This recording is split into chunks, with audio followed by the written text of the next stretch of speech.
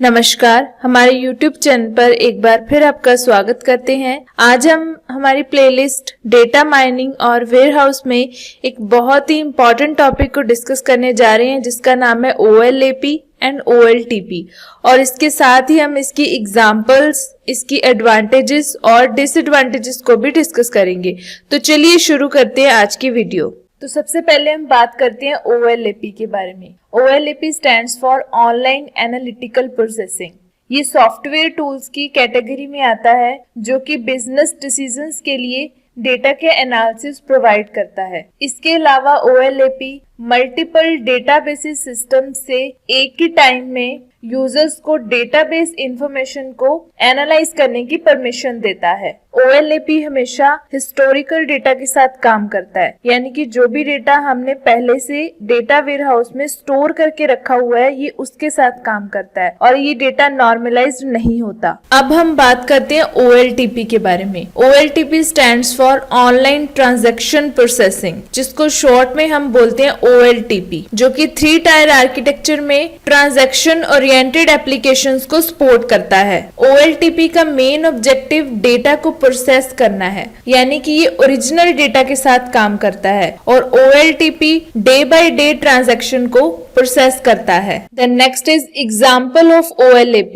OLAP को हम बहुत सारी एग्जांपल्स के साथ समझ सकते हैं, जैसे कि a company might compare their mobile phone sales in September with sales in October, then compare those results with another location which may be stored in a separate database. यानी कि कोई कंपनी है, वो अपने मोबाइल फोन सेल्स को जो उन्होंने next month में फोन को सेल किया है वो उनके साथ कंपेयर करती है। तो जो उनके पास जो रिजल्ट आता है वो उन्हें अनदर लोकेशन से कंपेयर करती है। तो उनके पास क्या होता है कि एक सेपरेट डेटाबेस जो है वो स्टोर हो जाता है। इसी तरह एक Amazon एप्लीकेशन है जिसमें OLAP का यूज किया जाता है। The next is example of OLTP। OLTP की एक बहुत अच्छी एग्जाम्पल है ATM सेंटर, जैसे कि बैंक से पैसे निकालने में जो भी प्रोसेस होती है, जैसे ATM कार्ड इंसर्ट करना, पिन कोड डालना आदि, OLTP के अंडर आता है। इसका यूज तेज गति से डेटा को स्टोर करने के लिए किया जाता है। इसमें वॉलेटाइल डेटा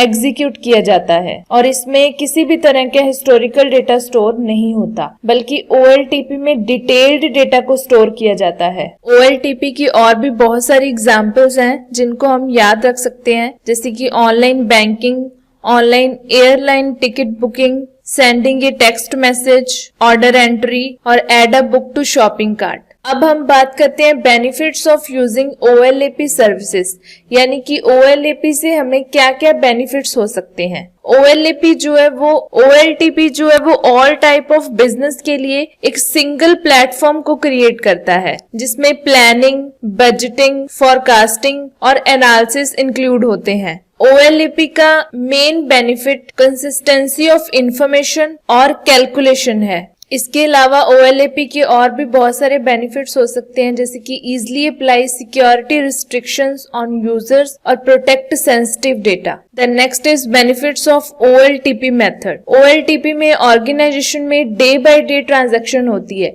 क्योंकि ये करंट डेटा के साथ काम करता है। इसमें कोई हिस्टोरिकल डेटा स्टोर नहीं होता और इसके अलावा ये ऑर्गेनाइजेशन के इंडिविजुअल प्रोसेसेस को सिंप्लीफाई करता है और कस्टमर बेस को एक्सपैंड करता है। Then drawbacks of OLAP service. OLAP की इम्प्लीमेंटेशन और मेंटेनेंस IT प्रोफेशनल पे डिपेंड होती है, क्योंकि ट्रेडिशनल OLAP टूल्स को कॉम्प्लिकेटेड मॉडलिंग प्रोसीजर की जरूरत होती है और इसके अलावा OLAP टूल्स को इफेक्टिव होने के लिए डिफरेंट डिपार्टमेंट्स के बीच कोऑपरेशन की जरूरत होती है, जो कि वो हमेशा संभव नहीं हो सकता है। And then last is drawbacks of OLTP method. OLTP system को बहुत सारे हार्डवेयर फेलियर्स का सामना करना पड़ सकता है, जिससे ऑनलाइन ट्रांजैक्शन बहुत ज्यादा इफेक्ट होती है। OLAP सिस्टम्स जो है वो मल्टीपल यूजर्स को एक ही टाइम में डेटा को एक्सेस करने और चेंज करने की परमिशन देता है,